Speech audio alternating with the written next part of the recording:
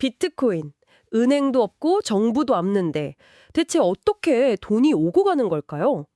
자, 지금 제가 청취자분께 1비트코인을 보냈다고 한번 상상해 보세요. 제 지갑에서 떠나니 보이지 않는 돈. 이게 과연 어떤 놀라운 여정을 거쳐서 청취자분의 지갑에 안전하게 도착하게 될까요? 그건 정말 뭐랄까 전 세계 수많은 컴퓨터들이 함께 펼치는 한편의 아주 정교한 드라마 같아요.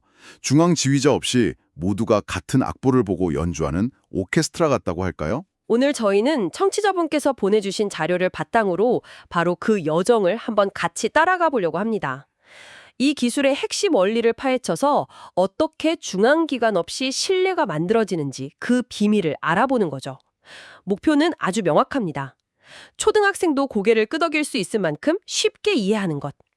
자, 그럼 제1비트코인의 여정 한번 시작해 볼까요? 네, 좋습니다. 그 여전의 첫걸음부터 한번 따라가 보시죠. 자, 제가 방금 청취자분께 1비트코인을 보냈습니다. 제 컴퓨터에서 전송 버튼을 누르는 순간, 무슨 일이 벌어지나요? 자료를 보면 새로운 거래는 모든 노드에 전파된다 이렇게 되어 있는데요.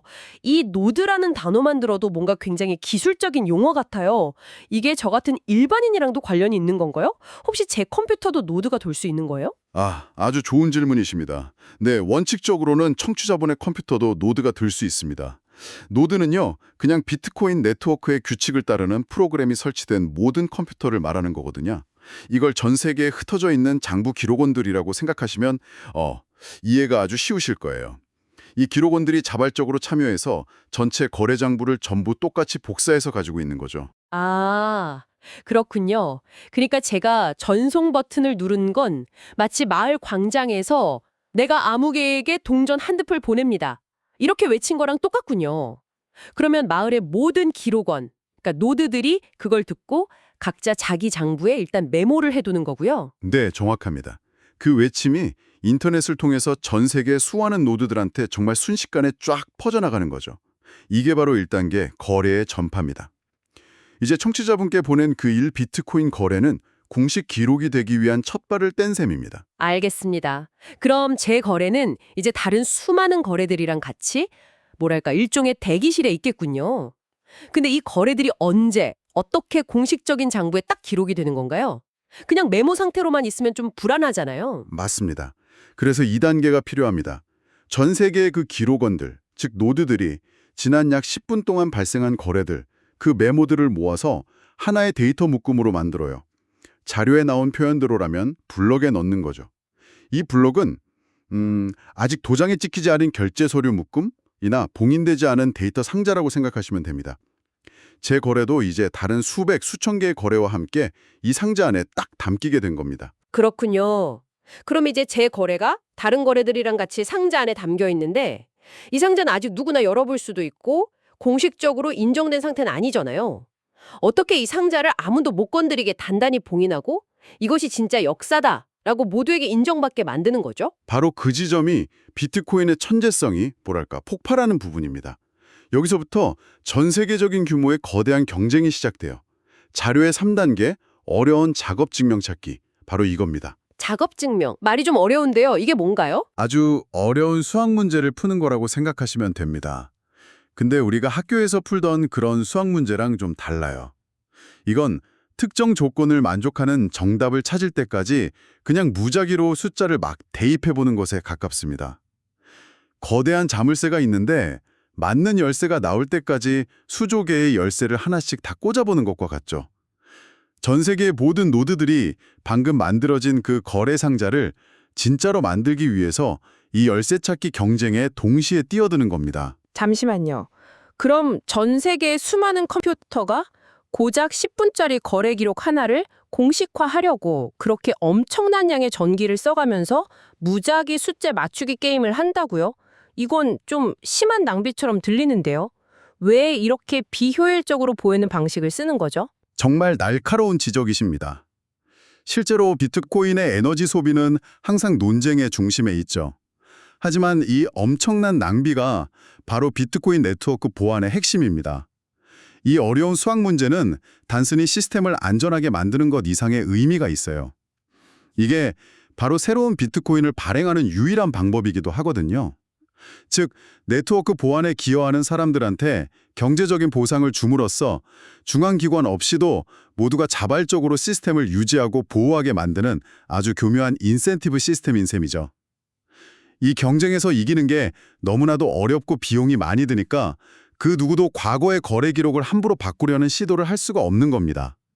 과거를 바꾸려면 그때보다 더 큰 규모의 계산 경쟁을 다시 이겨야 하거든요. 아, 그러니까 그 막대한 에너지 비용이 외부의 공격으로부터 장부를 지키는 거대한 성벽 역할을 하는 셈이군요.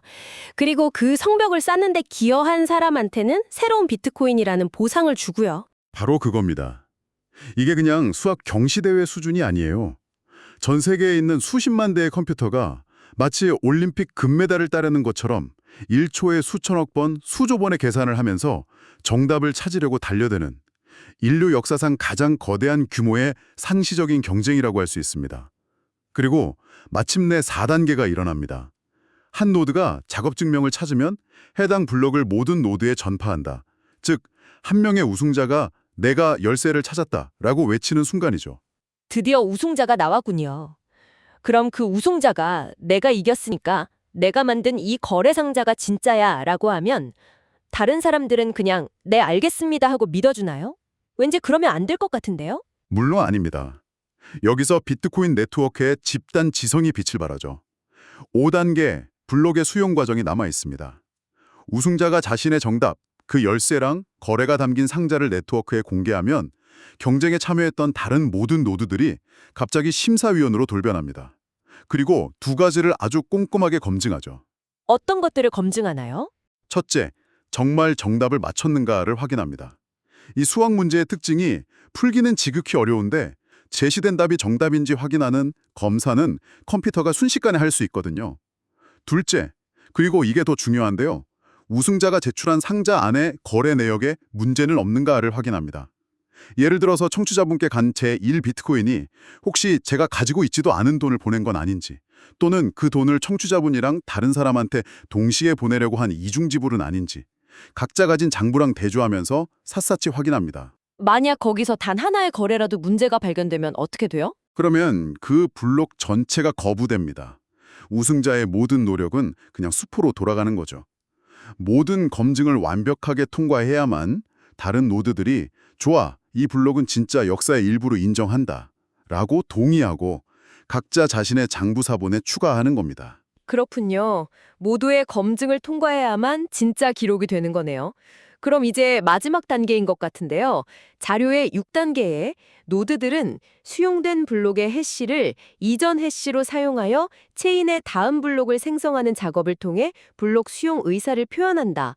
이 말이 결국 그 유명한 블록체인의 체인을 만드는 과정인 거죠. 네, 바로 그 순간입니다. 조금 더 쉽게 설명을 해볼게요. 방금 모두에게 인정받은 새로운 블록, 그러니까 장부의 101번째 페이지를 기존에 있던 장부의 100번째 페이지 뒤에 단단히 연결하는 겁니다. 어떻게 연결하냐면 101번째 페이지 상단에 이 페이지는 100번 페이지 고유 정보에서 이어짐이라는 일종의 도장을 찍는 거예요. 여기서 고유 정보가 바로 해시입니다. 각 블록의 내용을 요약한 고유한 지문 같은 거죠. 아, 그래서 블록들이 지문으로 연결된 사슬, 즉 체인이 되는 거군요. 이렇게 한번 연결되면 중간에 있는 내용을 바꾸기가 진짜 어렵겠네요.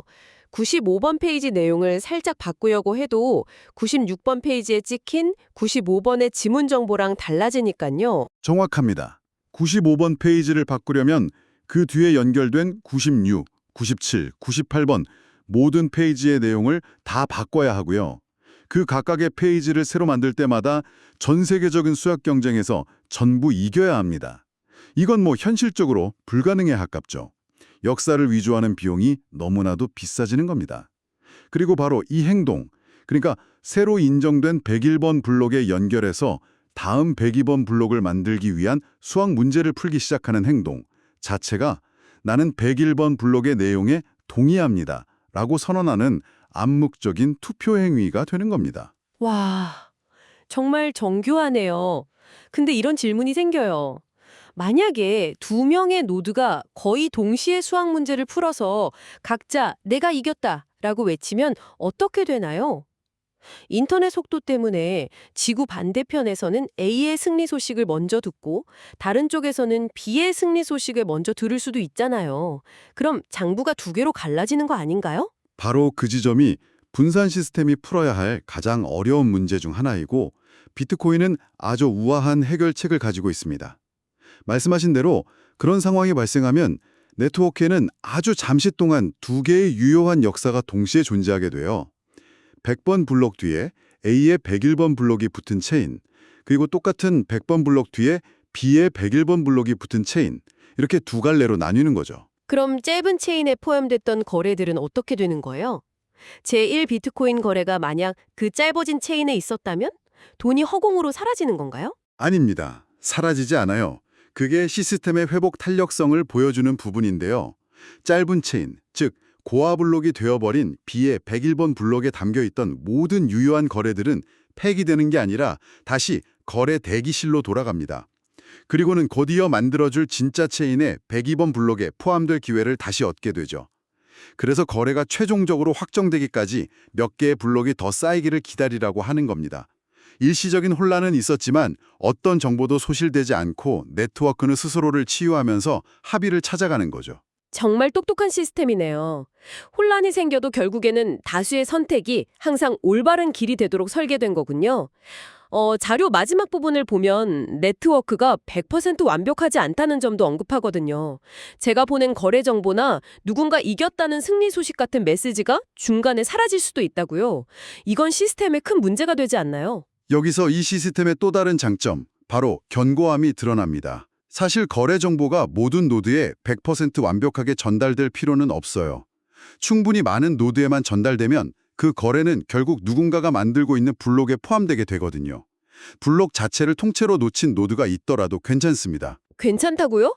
장부에 구멍이 생기는 거잖아요. 하지만 스스로 그 구멍을 메울 수가 있습니다. 만약 어떤 노드가 101번 블록을 통째로 놓쳤다고 해도 곧이어 102번 블록을 받게 될 거예요.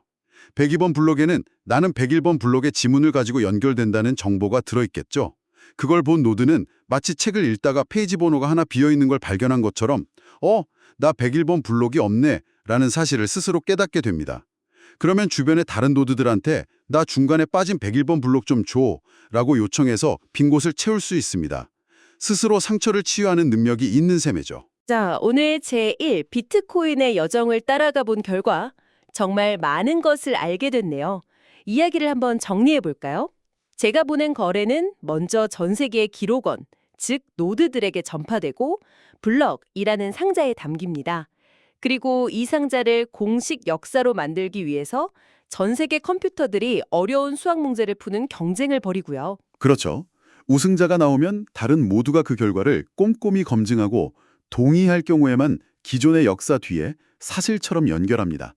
만약 의견이 갈릴 때에는 아주 간단하지만 강력한 규칙, 즉 가장 긴 체인이 진짜 역사다라는 규칙을 따름으로써 네트워크 전체가 스스로 질서를 찾아가죠. 이 모든 과정, 즉 분산된 경쟁과 집단적인 검증, 그리고 가장 긴 체인에 대한 합의가 바로 은행이나 정부 같은 중앙 관리기관 없이도 모두가 신뢰할 수 있는 금융 시스템을 만들어내는 비결인 셈입니다.